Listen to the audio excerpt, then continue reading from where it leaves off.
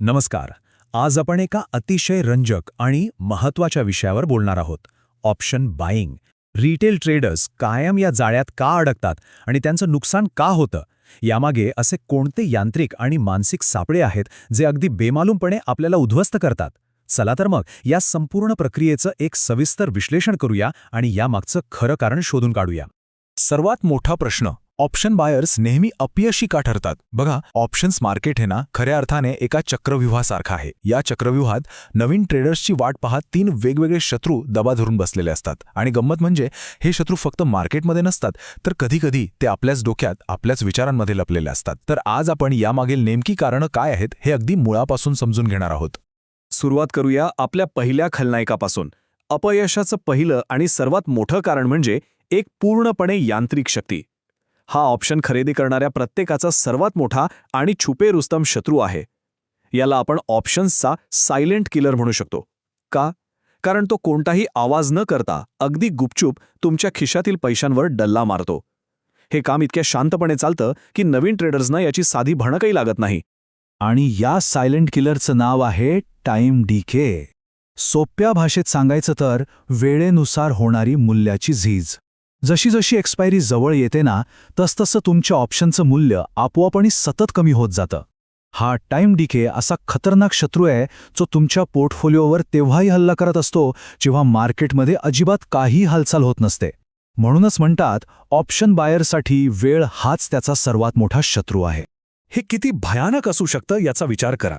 समजा मार्केट पूर्णपणे साईडवेज आहे, म्हणजेच एकाच जागेवर अडकलंय, शून्य हालचाल.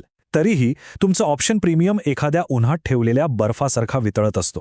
मार्केट अजिबात हललं नाही, तरीही प्रीमियम वितळतो आणि तुमचं आर्थिक नुकसान हे निश्चित होतं. विचार करा, हा असा एक खेळ आहे जिथे तुम्ही काहीही न करता नुसते बसून राहिलात तरीही तुमचं हरणं नक्की आहे. चला, आता वळूया दुसऱ्या सापण्याकडे.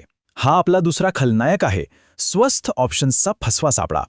होतं काय, बाजारात नव्याने येणारे ट्रेडर्स अनेकदा आउट ऑफ द मनी किंवा OTM ऑप्शन्सच्या भुलभुलैयामध्ये अगदी सहज अडकतात. अरे वा, हे ऑप्शन्स तर फक्त 2-4 रुपयांना मिळतात असं वाटून अगदी कवडीमोल भावात मिळणारी ही गोष्ट लोकांना प्रचंड आकर्षक वाटते. पण थांबा, यामागे एक भयानक सत्य दडलंय. आणि ते सत्य हे आहे की या अत्यंत स्वस्त वाटणाऱ्या ऑप्शन्सपैकी तब्बल 95%, होय बरोबर ऐकलत, 95% ऑप्शन्स एक्सपायरीच्या दिवशी पूर्णपणे झिरो होतात, म्हणजे शून्य मूल्य. त्यांची कवडीचीही किंमत उरत नाही. फक्त उरलेले 5% ऑप्शन्स काहीतरी मूल्य टिकवून ठेवतात. हा आकडाच इतका धक्कादायक आहे ना की हा स्वस्तातला सापळा किती जीवघेणा असू शकतो हे वेगळं सांगायची गरजच नाही.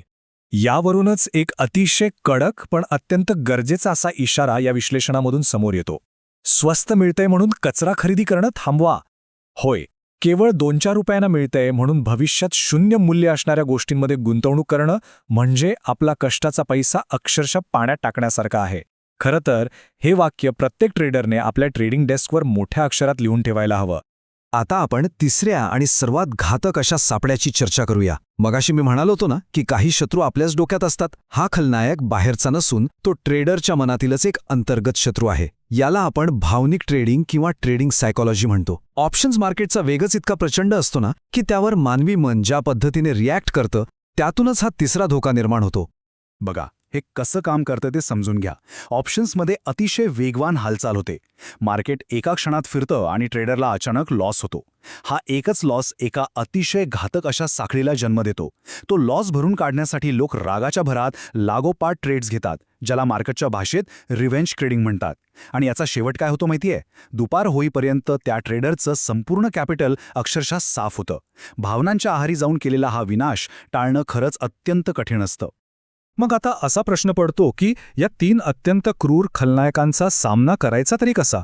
इतक्या प्रतिकूल आणि धोकादायक वातावरणात एखादा ऑप्शन बायर खरंच कसा टिकून राहू शकतो? स्वतःला वाचवायचं कसं? तर सुदैवाने या सगळ्या हल्ल्यांपासून वाचण्यासाठी आपल्याकडे एक ढाल उपलब्ध आहे.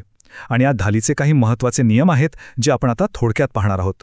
आपल्या मूळ स्रोतामध्ये या ढालीबद्दल अतिशय स्पष्टपणे सांगितलं आहे. पहिला नियम, मोमेंटम कॅप्चर करायला शिका, म्हणजेच मार्केटचा वेग ओळखून अगदी योग्य वेळी एंट्री आणि एक्झिट करा. दुसरा नियम, स्टॉप लॉस अतिशय कडक शिस्तीने फॉलो करा, तिथे कोणतीही तडजोड नको. आणि तिसरी सर्वात महत्त्वाची गोष्ट, ट्रेडिंग सायकोलॉजी आणि योग्य रणनीतीवर पक्क प्रभुत्व मिळवण्यासाठी या चॅनलला नक्की सबस्क्राईब करा, जेणेकरून असं सखोल विश्लेषण आणि मार्गदर्शन तुम्हाला सतत मिळत राहील. शेवटी या संपूर्ण विश्लेषणाचा समारोप करताना आपण एका अतिशय महत्त्वाच्या प्रश्नावर विचार करूया. जर ऑप्शन बाईंग हा असा एक गणिताचा आणि मानसशास्त्राचा चक्रव्यूह आहे जिथे वेळ हा बर्फासारखा सतत वितळत असतो, तर मग तुमच्या सध्याच्या रणनीती कशावर आधारित आहेत? त्या खऱ्या आणि कठोर शिस्तीवर अवलंबून आहेत की अरे मार्केट नक्कीच माझ्या बाजूने जाईल या निव्वळ आंधळ्या आशेवर? हा प्रश्न आजच स्वतःला विचारून बघा, कारण मित्रांनो, याच एका प्रश्नात तुमच्या यशाचं आणि अपयशाचं खरं रहस्य दडलंय.